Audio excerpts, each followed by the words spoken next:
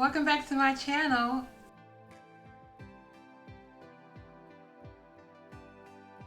So today I want to do a sit down with you guys and talk about the fact that I used to be the CEO of my own plus size organization. I wanted to just kind of slow some things down for a bit and talk about a few things and also tie that in with why I decided to branch off and just have my own brand, Monet's Curvy Closet. So yeah, but before we get into it, thank you guys so much for coming back to my channel. I appreciate you guys. Continue to share, like, comment, subscribe. I truly appreciate you guys. Don't forget to check out my new website, monetscurvycloset.com, which all of the information will be down below. And yeah, and oh, disclaimer. So I've been recording all day. So hopefully I look right. Hopefully my wig is not slicked back and my face don't look oily. Okay, but if it do, whatever. It's been a long day. I'm tired, and yeah. So hopefully I look right. If I don't, whatever. But yeah. So I used to be the CEO of my own plus size organization called the House of Barbs. So a little bit of backstory and how it came about to that point. I have always been a plus size girl, always been a big girl, always been the fat kid, always had a size on me. So fast forward to my adulthood, about what is this, 2020? I had joined a social club organization back in 2012. Or was it 2011? I think it was 2011, 2012. I want to say 2011. That was my first time ever hearing of what a social club was, ever experiencing anything like it. It was definitely an experience. And basically, I had a friend who was a part of the social world, and she was like, oh, you'll be a good fit. And so she introduced me to some people, and then so many things happened after that. Okay, so many things I want to remember and so many things I don't want to remember. But anyway, I had joined an organization that was basically about plus size women and what I thought was about positivity and uplifting other plus size women. So I was like, okay, absolutely, I'm down. I'm down for it. Coming into that world and being a part of that world for, I didn't even make it a year. I was in there for about maybe 11 months in that organization. It just wasn't for me.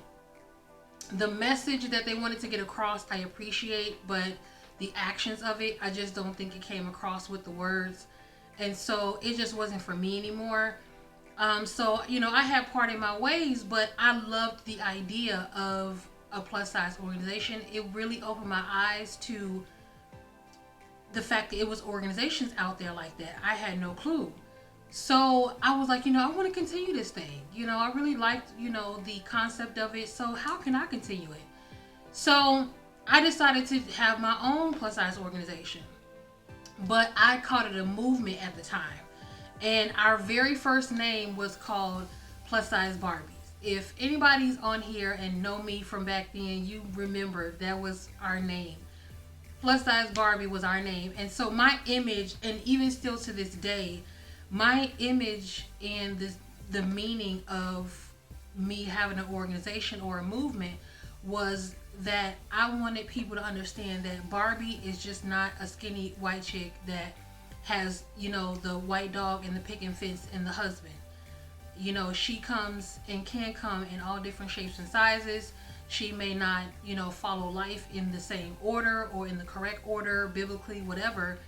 But she can be this perfect image as well and look completely different than the regular, advertised Barbie. So that was my theme. That was my, my concept of what I wanted to do. So we had plus size Barbie, and it was an experience in itself. It was so fun. It was just definitely an experience, and I really really appreciate it. I really really liked it. I learned so much from it, and we elevated into we elevated it into an organization. It was a movement, and then we elevated to an organization because we wanted to broaden the concept of it. And so we started calling ourselves House of Barbs. And that turned into, me wanting to expand, not just as a movement in positive words, but me expanding in fashion, me expanding in modeling, me expanding in photo shoots, and when I say me, the women that I was with that was in my organization, us expanding to a whole bigger audience, and not just locally, but worldwide and nationally. And I just wanted to expand it even more. So years and years we went by, and we expanded and things like that. And I made things official. We were a whole organization with the state of Illinois. We had our documents, legal documents, all that. Like, I was official. I was very serious about it. I was very serious about this being something. And once I discovered that and what I was doing, I knew what my purpose was. I knew what really made me excited, what really made me happy, what really made me just had a purpose. Like, regular jobs I didn't want to do, didn't care to really do, right? Went to work, did what I need to do, come home. But when I had my organization, I knew, like, me staying up all night responding to emails, people looking to me for advice about certain things, I had no problem doing that. And it really, really completed me. So I was like, I think this is what I want to do. I think this is what I'm supposed to do. So over time, I started to learn a lot of different things. And then in 2017, I want to say, we had, we started in 2012, and then in 2017, after many years of, much effort, much accomplishments, because we accomplished a lot. We did a lot of, what's the word? We did a lot of community service. We did a lot of helping the community. We did a lot of, feeding the homeless and shelters, and we did a lot of stuff. Because one of the things that of me being in a part of a social club organization previously, I learned a lot, but good things, but I also learned that a lot of them didn't stand for what they were supposed to stand for. And a social organization is supposed to I'm sorry, not fend. They're supposed to tend to their community, and a lot of organizations didn't do that. And I made it a necessity and a requirement that we have to feed into our community as well. We can take pictures all day and be cute all day, but we have to tend to our community as well. So I made sure that we did that. I made sure that we set up things and put things in place to give back to the community. So we definitely was on that. But as the years progressed, I had a lot of women in, a lot of women out, and it just became to a point where it wasn't my baby anymore. I wasn't passionate about the organization. And I knew that once I became no longer passionate about the organization, it was time for me to go. It was time for me to let it go.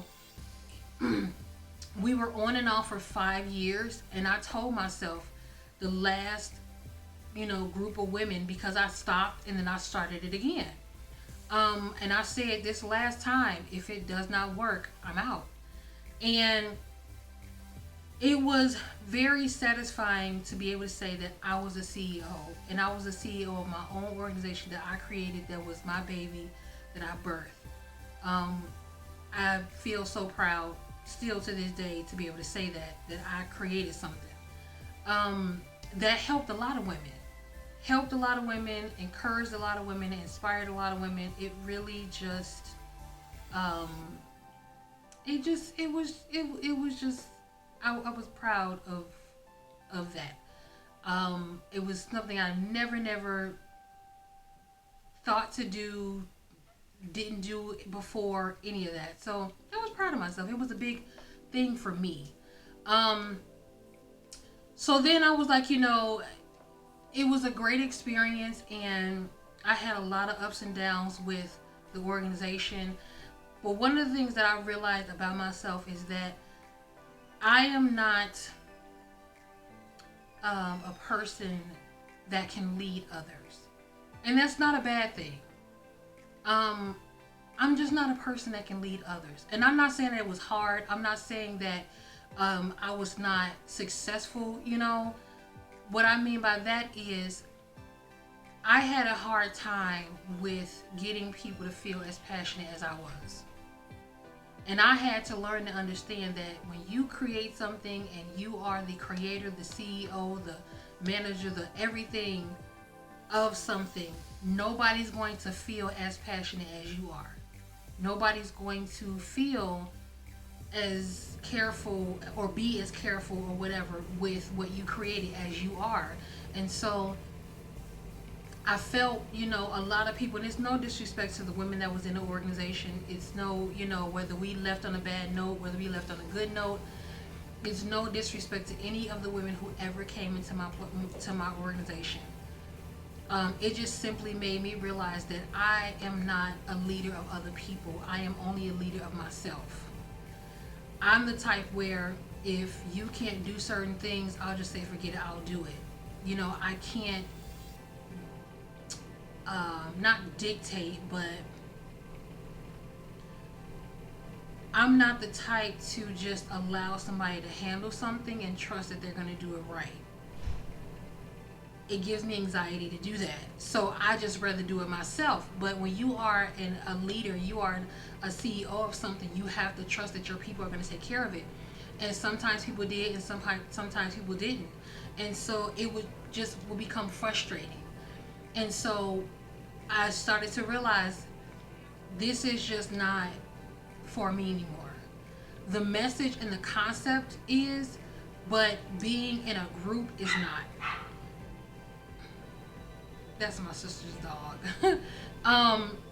But yeah, it's just not. And so I decided to completely dismantle the organization. I decided to completely let it go. And I was like, oh my God, like, what am I going to do now? I still wanted to be a part of the plus size community. I still wanted to, just be a part of that world, but I wanted to be a part of that world on my own. I wanted to still represent myself and become a brand. And so that's when, years later, trying to find out what I wanted to do, trying to find myself again, trying to find out how can I do this, how can I do that. And it really wasn't until Corona hit, until March, I really figured out what I could do, that I could still be myself, still stand for what I stand for, and still work on my own. And that's when I realized that I could be a plus size influencer. And that's when I said, now this is my life. I realized what my purpose was when I started my organization, but I realized once I started watching this woman and you guys have heard me say her name, Sarah Ray Vargas. I started watching her back when the pandemic started in March. And the fact that she represents a lot of things that I represent, the fact that she lives in my home state of Illinois, and she lived in the same city that I lived in before I moved here. She too wanted to be a work at home, she too wanted to be an at home mom but still be able to work. She's a plus size woman. Like, everything that she stands for, I stood for it. And I realized that I can do everything I want to do. I want to stay home and be home with my kids. I got tired of working for other people. I got tired of, having to take everybody else's personalities in consideration. That was another thing too. Like, I can't handle everybody else's personalities. I'm not that girl. Like, when you are a leader of something, you have to handle everybody's personalities. And handling a bunch of women's personalities, I can't do that. I don't even know how I did it for 5 years. I can't do it. I tried my best. And I have a very, I don't want to say a short temper, but it's just, I work best alone.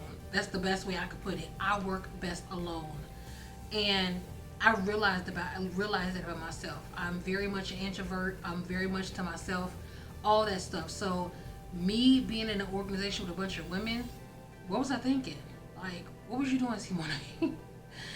But I enjoyed the experience. I'm grateful for the experience. You know, it definitely taught me a lot about management skills, about how and what I should and should not do as a leader. So it definitely taught me a lot of things. I absolutely don't regret it, but it made me realize. And some things, sometimes you have to go through things to realize what you are good at and what you're not good at.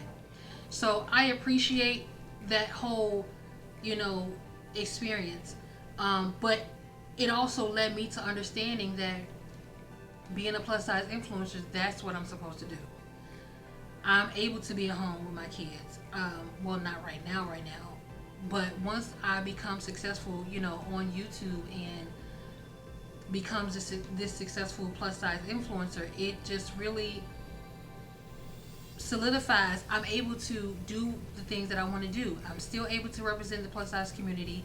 I'm still able to dress up and be cute. And now I can just, you know, dress up in clothes and just be cute and then get paid for it. Like, come on now. And still be at home with my kids, doing what I need to do, help them with, you know, different stuff or whatever. It's just, it's a perfect career path. And for that, I'm happy. I'm happy how things ended up. I'm happy how things played out. I will never regret my experience. I will never regret the women that were in my organization, good or bad. Not everybody I left on a good note. It is what it is. But nevertheless, I learned a lot from everybody. And to be able to say again that I was the CEO of my own organization that I created is a wonderful thing to be able to say. So I say all that to say, you know, there's nothing wrong with finding out what you're good and what you're not good at. There's nothing wrong with realizing what you should and should not do. And I am forever grateful for having that experience, because that experience led up to me doing what I'm doing now, which is talking to you guys. So, yeah, that's pretty much what I wanted to say. House of Barbs. We had social medias, we had all that good stuff. If you guys know me, who are watching this, and you guys already know me, then you know my story. You know my organization and how we represented it out there in Chicago. So yeah, so I thank you guys for coming and watching my video. I hope you guys learned something a little bit more about me. And let me know if you guys like these sit down conversations. I do have a lot of other ideas that I want to talk to you guys about and just sit down and talk to you guys about.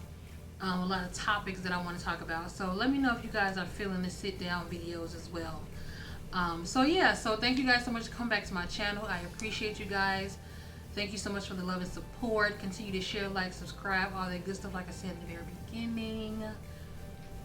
Yeah, so I will catch you guys on another video. Bye.